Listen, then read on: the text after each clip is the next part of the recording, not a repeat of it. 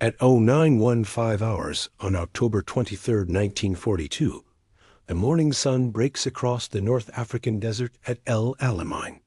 Sergeant Thomas Roberts of the British 8th Army peers through the periscope of his brand-new M4 Sherman tank, its cast hull still smelling of factory paint and American engineering.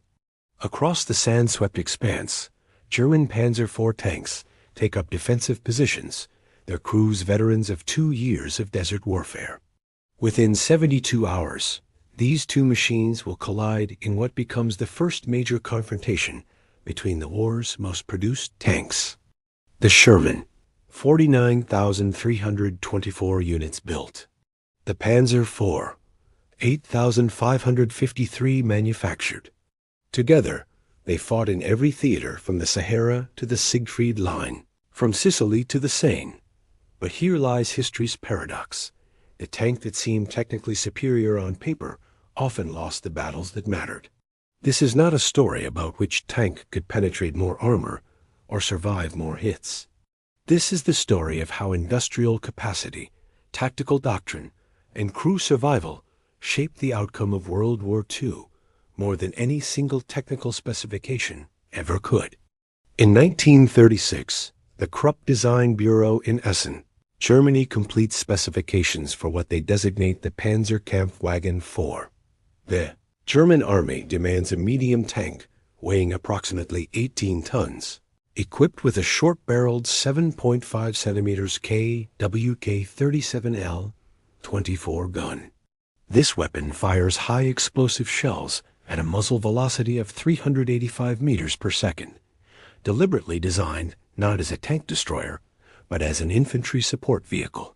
The Panzer III, with its 3.7 centimeters gun, handles anti-tank duties. The Panzer IV supports the advance. Initial armor protection reveals the German mindset of 1936. The frontal hull armor measures just 14.5 millimeters, barely thicker than a modern automobile body panel.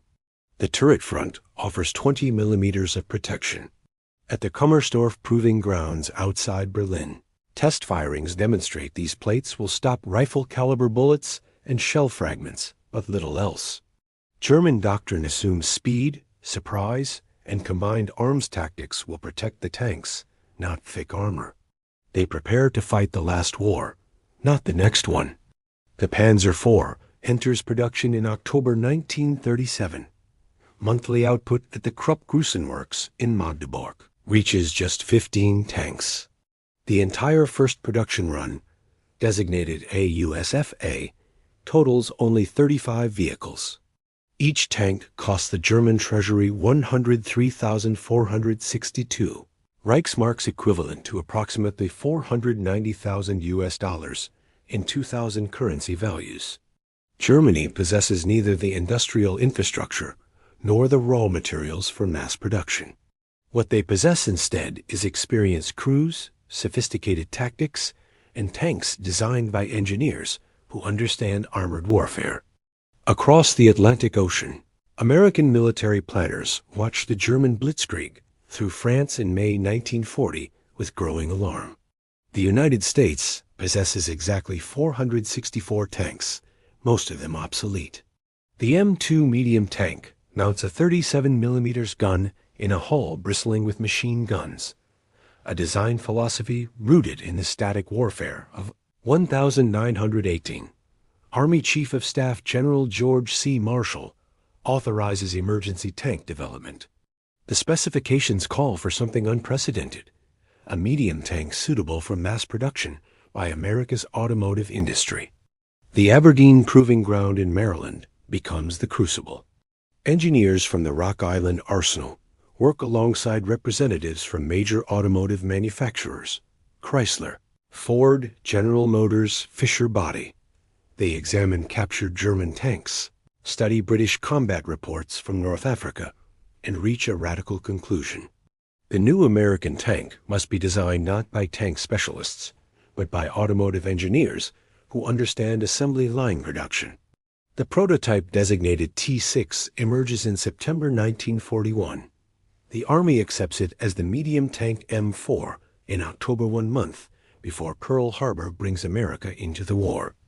The M4 Sherman stands 2.74 meters tall and weighs 30.3 tons in its initial configuration.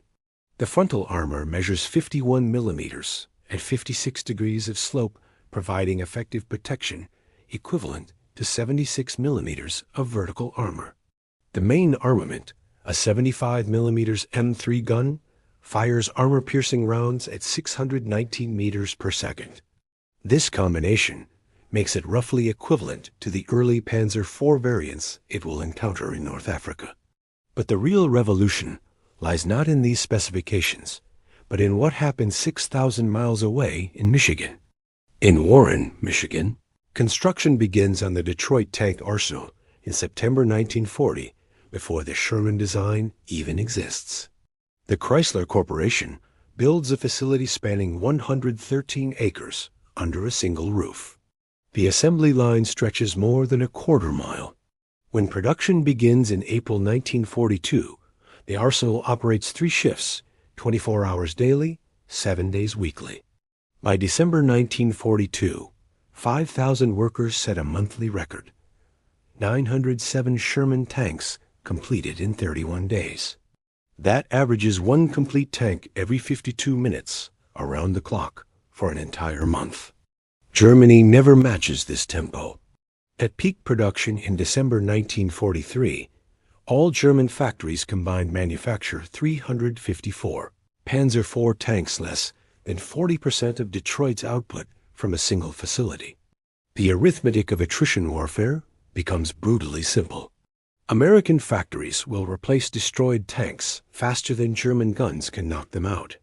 The question becomes not whether Allied armor will overwhelm German defenses, but when. The first M4 Sherman tanks arrive in Egypt in September 1942. British crews of the 8th Army receive them with a mixture of relief and skepticism. For 2 years, they have fought with tanks inferior to German armor crusaders with mechanical breakdowns, Grants with high vulnerable Sponson-mounted guns. The Sherman offers something revolutionary: a fully rotating turret-mounted 75 mm gun, relatively reliable mechanical systems, and armor protection that might actually stop German anti-tank rounds at combat ranges beyond 500 meters. Lieutenant Colonel Douglas Wainwright of the 9th Armored Brigade records his first impressions in an October 15th report to British 2nd Army Headquarters. The Sherman presents considerable improvement over previous American types. Crew visibility excellent. Radio communication superior to any British tank in service. The 75 mm gun demonstrates adequate penetration against known German armor at standard combat distances. Chief concern centers on ammunition stowage in hull sponsons and immediate below-turret basket positions vulnerable to penetrating hits. His concern proves prescient.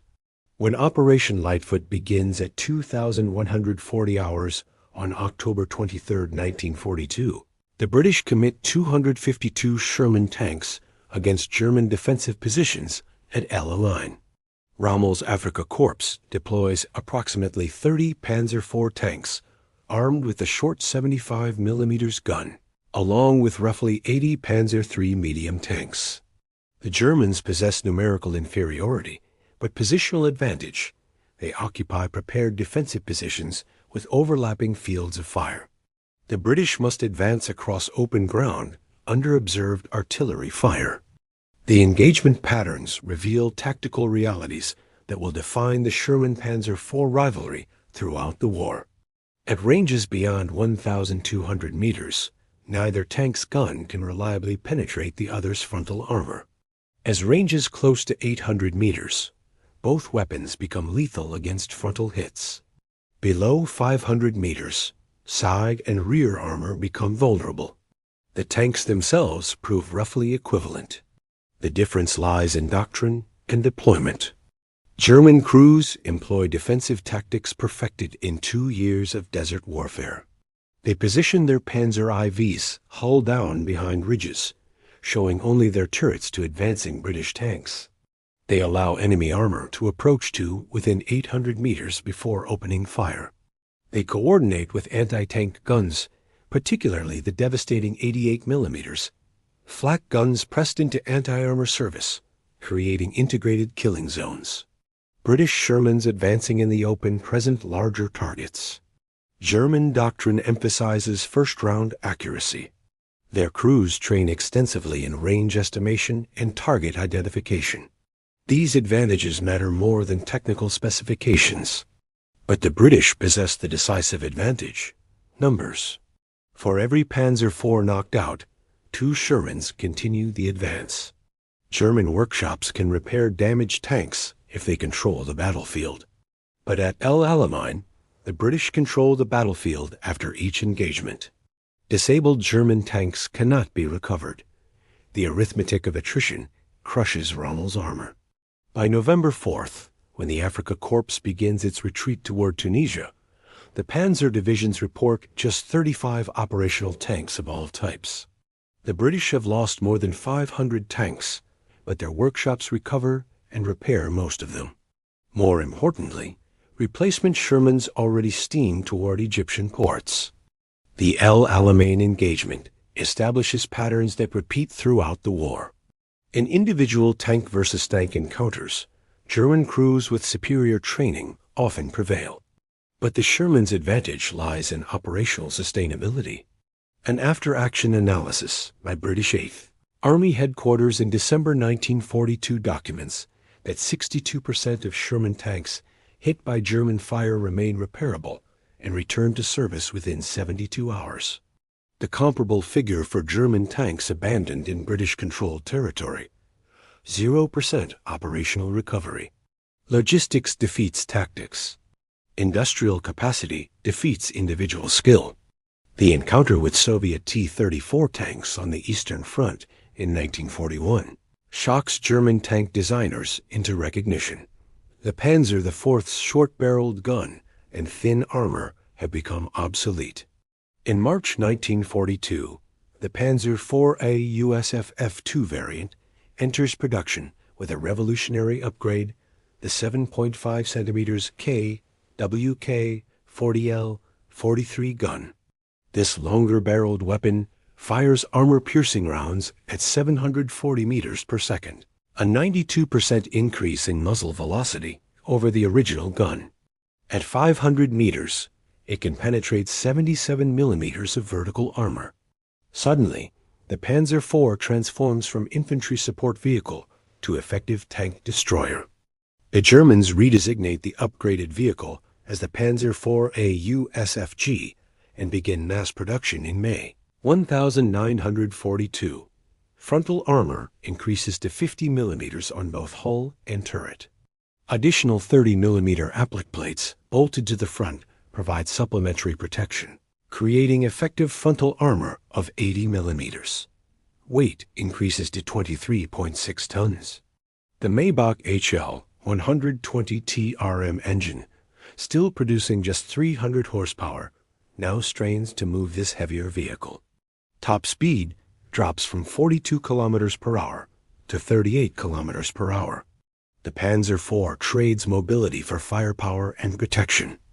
By December 1942, German intelligence reports concerning Soviet anti-tank rifles wielding 14.5 millimeters ammunition prompt another modification. These weapons can penetrate the Panzer IVs' 30 millimeter side armor at ranges below 300 meters. The solution: Scherzen-thin 8 millimeter steel plates hung on rails along the tank's sides and around the turret. These skirts provide spaced armor that causes anti-tank rifle rounds to tumble and lose penetrating power before striking the main armor. Later analyses discover the Scherzen also provides some protection against shaped charge weapons like the American bazooka, though this remains a secondary benefit. American engineers face similar evolution pressures.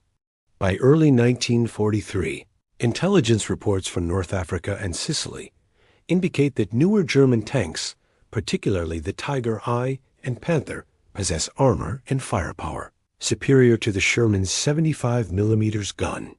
The Ordnance Department fast-tracks development of the 76 mm M1 gun, which fires armor-piercing rounds at 792 meters per second. This weapon can penetrate 109 millimeters of vertical armor at 500 meters, a 42% improvement over the 75 millimeters gun. But upgrading the Sherman's armament creates complications. The 76 millimeters gun requires a larger turret to accommodate its longer recoil mechanism. The first 76 millimeters armed Shermans, designated M4A1 76, would not reach European battlefields until July 1944, more than a year after the upgrade becomes urgent. The W suffix indicates wet stowage, a critical safety modification. The wet stowage system addresses the Sherman's most lethal vulnerability.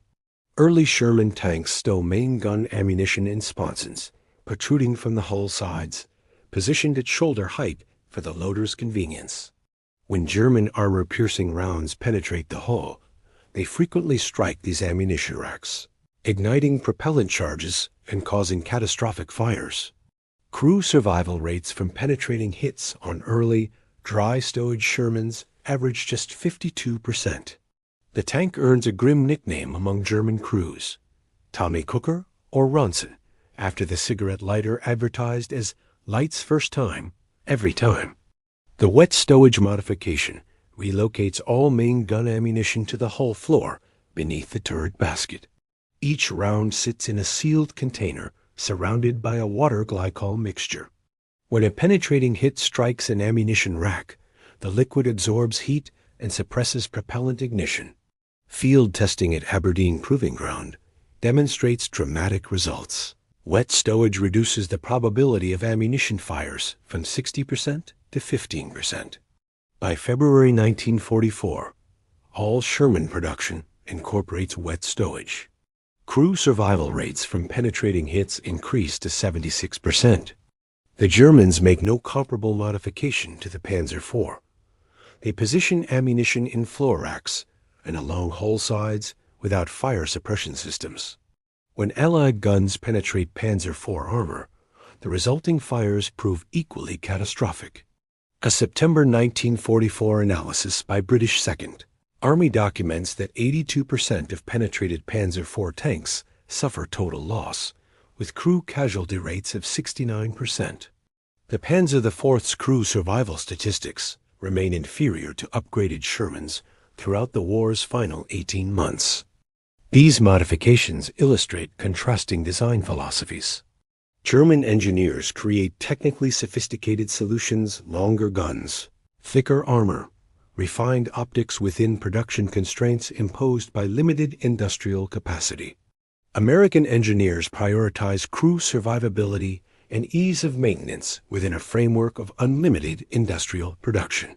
Both approaches succeed tactically, but the American philosophy succeeds strategically. On June 6, 1944, Allied forces land on the Normandy beaches with 2,176 tanks, including approximately 900 Shermans. The German defenders in Normandy can field roughly 180 operational Panzer IV tanks at D-Day, concentrated primarily in the 21st Panzer Division near Caen and the Panzer Lehr Division in reserve. The numerical imbalance staggers the imagination. Better than 10 Allied tanks for every German panzer of any type. Yet the coming battles demonstrate that numbers alone do not guarantee victory when terrain, tactics, and crew quality favor the defender. The Norman Bocage country creates a tanker's nightmare. Ancient hedgerows, thick earthen berms, crowned with centuries-old trees and dense brush divide the landscape into small fields, none larger than a few hundred meters across. Roads sink below ground level between high earthen banks. Narrow lanes twist through villages with stone buildings that channel tank movement into predictable paths. German defenders occupy these positions with anti-tank guns, Panzerfaust rocket launchers, and carefully positioned tanks. They see advancing Allied armor before Allied crews see them. In this environment, tactical skill and defensive positioning matter more than numbers. Technical Sergeant Roy Foster of the 2nd Armored Division describes the experience in a letter written July 15th, 1944. We advance maybe 200 yards before Jerry opens up. Can't see where the shooting comes from. Could be a dug-in Panzer in the hedgerow or an 88 in the woodline. Our 75 can't penetrate his frontal armor at this range. We back up, call for artillery, wait for infantry to move up. Maybe we spot him. Maybe he withdraws before we close. Lost 2 tanks yesterday to a single Panzer IV we never actually saw. Crew got out of 1 tank. The other burned. Operation Goodwood, launched July 18, 1944, east of Cannes, provides the most comprehensive combat data comparing Sherman and Panzer IV performance under near-laboratory conditions. The British, the 8th Corps attacks with 3 armored divisions, approximately 750 tanks across relatively open terrain toward German defensive positions on Borguebus Ridge. German forces deploy elements of the 1st SS Panzer Corps with approximately 230 tanks of all types, including an estimated 70 Panzer IVAU SFH tanks, armed with the long 75mm KWK 48 gun. The British official history records the results with stark precision. In 3 days of operations, the 8th Corps lost 413 tanks, to all causes approximately 36% damaged beyond field repair, 64% repairable, and returned to service within 1 week. German losses totaled 75 tanks destroyed or abandoned, of which approximately 30 were Panzer IV tanks. The kill ratio favors German armor by roughly 5-1. Yet Operation Goodwood achieves its strategic objective, drawing German armor away from the American breakout sector to the west. Analysis of tank versus tank engagements during Goodwood reveals the technical dynamics. At ranges of 800 to 1,200 meters, typical for the relatively open terrain around Borguebus, the Panzer IV's 75mm KWK 48 gun penetrates Sherman frontal armor 51mm at 56 degrees, with approximately 68% first-round hit probability when fired by experienced crews. The Sherman's 75mm M3 gun achieves only 32% penetration probability against Panzer IV frontal armor 80mm effective at the same ranges. The German tanks possess superior optics, better ergonomics for the gunner, and more experienced crews who have trained together for months or years. But the Sherman possesses advantages the statistics do not immediately reveal. Lieutenant Colonel Wilson Hawkins, commanding a battalion of the U.S. 3rd Armored Division, writes in his August 1944 after-action report, the Sherman's reliability under combat conditions proves superior to intelligence estimates. 92% mechanical availability versus 76% for captured German armor examined by ordnance. When we lose a tank, replacement arrives from depots within 48 hours. When Jerry loses a Panzer, it's gone. We can afford to trade 3 Shermans for 1 Panzer IV and still win. We don't like those odds, but we accept them because the alternative is not advancing. The crew survival advantage of wet-stowage Shermans becomes apparent in casualty statistics. The U.S. First Army reports that between June 6 and August 31, 1944, American tank units suffer 1,927 tank losses, but crew casualties total just 2,804 killed or missing, an average of 1.45 crew deaths per tank lost. 76% of crew members survive their tank's destruction and return to duty. German casualty figures remain incomplete, but British intelligence estimates based on prisoner interrogations suggest German tank crew casualty rates approach 65 to 70%.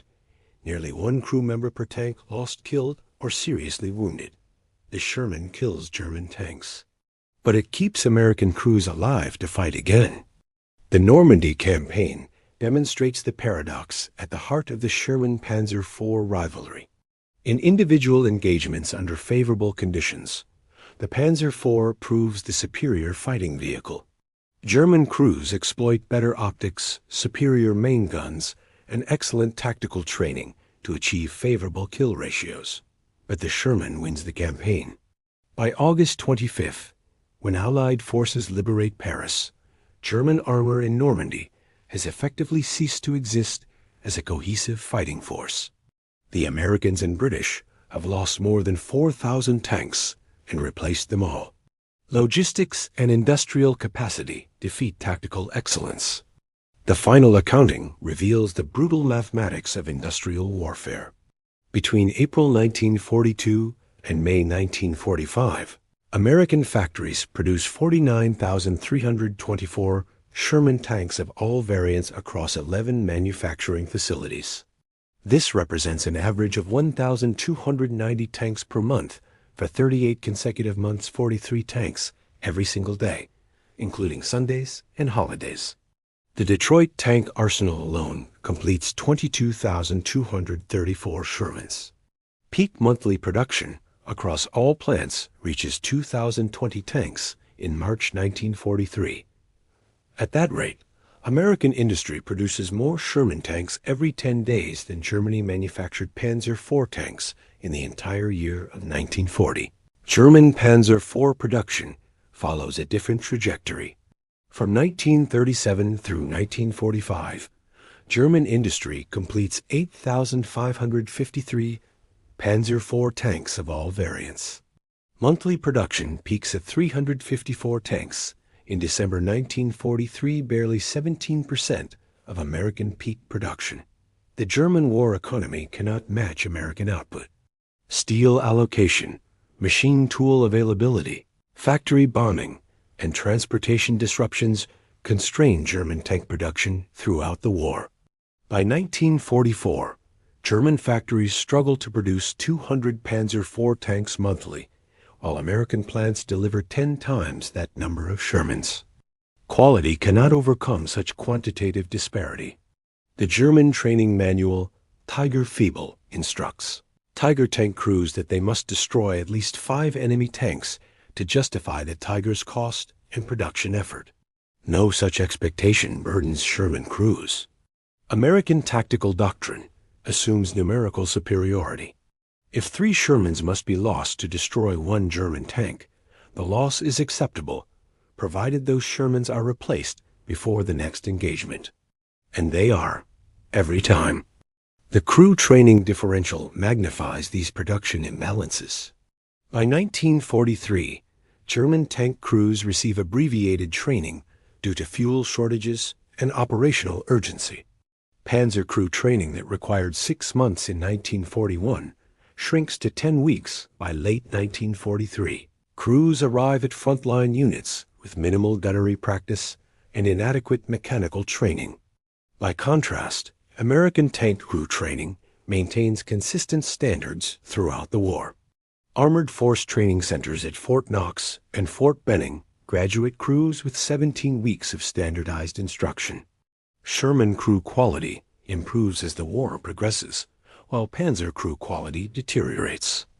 Maintenance and repair logistics create additional asymmetries.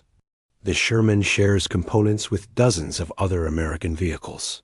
Its transmission comes from commercial truck production. The engine derives from automobile and aircraft designs. When a Sherman breaks down behind Allied lines, mechanics source replacement parts from supply depots stocked with standardized components. Repair times average 16 hours for minor damage, 72 hours for moderate combat damage requiring turret replacement or engine swap. The Panzer IV incorporates custom-designed components manufactured by specialized contractors.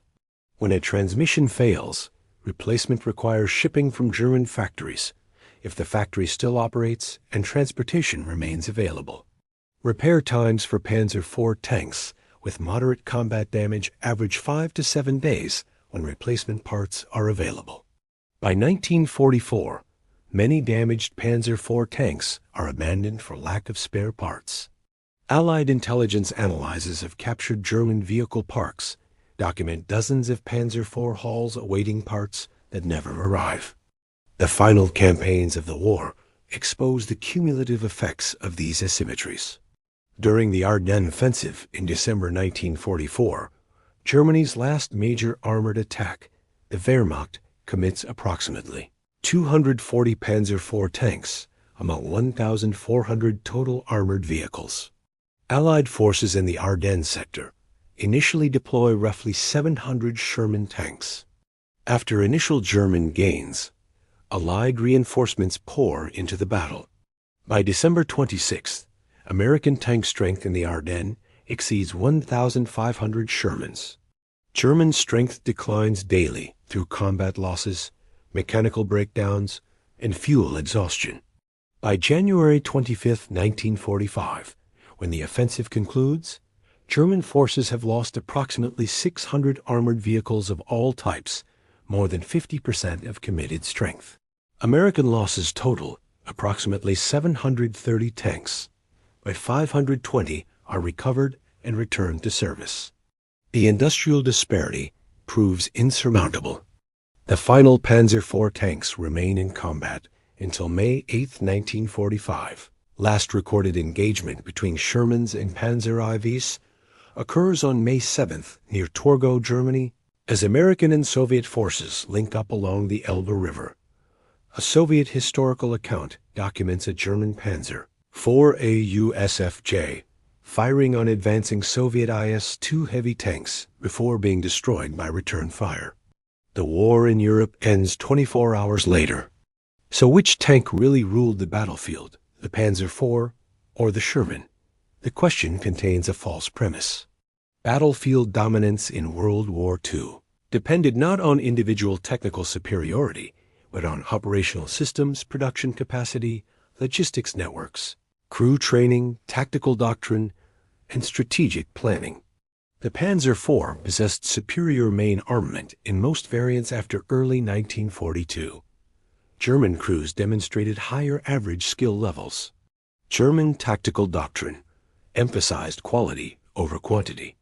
None of these advantages proved decisive. The Sherman won World War II not because it outfought the Panzer IV in individual engagements, but because American industrial capacity ensured Allied armies never lacked armor regardless of battlefield losses. The Sherman won because its design prioritized crew survival, ensuring experienced crews returned to combat. The Sherman won because American factories produced spare parts, replacement vehicles, and adequate fuel to maintain operational tempo. The Sherman won because the United States possessed the industrial infrastructure to manufacture 49,324 tanks, while simultaneously building the world's largest navy, equipping the world's most powerful air force, and supplying tanks and weapons to every Allied nation. The Panzer IV represents German engineering excellence, operating within impossible constraints. Its evolution from infantry support vehicle to effective tank destroyer demonstrates remarkable adaptability. German crews achieved impressive tactical results with limited numbers. But Germany could not win a war of industrial attrition against the combined productive capacity of the United States, Britain, and the Soviet Union. The arithmetic was established before the first shot was fired. The legacy of this rivalry extends far beyond 1945. The Shermans designed philosophy standardization, mass production, crew survivability, and maintainability shapes armored vehicle development to the present day. Modern main battle tanks embody these principles. The M1 Abrams tank incorporates blowout ammunition panels directly descended from Sherman wet stowage systems. The emphasis on crew survivability over absolute technical performance remains fundamental to American armored doctrine. The Panzer IV's legacy proves more complex. Its technical sophistication and continuous upgrade capacity influenced post-war tank design worldwide. But its production constraints and maintenance challenges provide cautionary lessons about the dangers of over-engineering in wartime. Quality cannot substitute for quantity when industrial capacity determines victory. The question was never which tank ruled the battlefield. The question was which industrial system could sustain armored warfare long enough to achieve strategic objectives. America's arsenal of democracy, exemplified by the Sherman tank rolling off assembly lines every 30 minutes, provided the answer. The Panzer IV fought admirably. The Sherman won decisively. And that distinction makes all the difference in history's final accounting. If you found this exploration of armored warfare compelling, please like this video and share it with fellow history enthusiasts. The stories of the men who fought in these machines deserve to be remembered and understood in their full complexity. Leave a comment telling us where you're watching from and what aspect of World War II armor history you'd like us to explore next. Thank you for keeping these crucial stories alive and for understanding that history's lessons extend far beyond simple questions of technical superiority. Until next time, this is history not as we wish it was, but as it actually happened.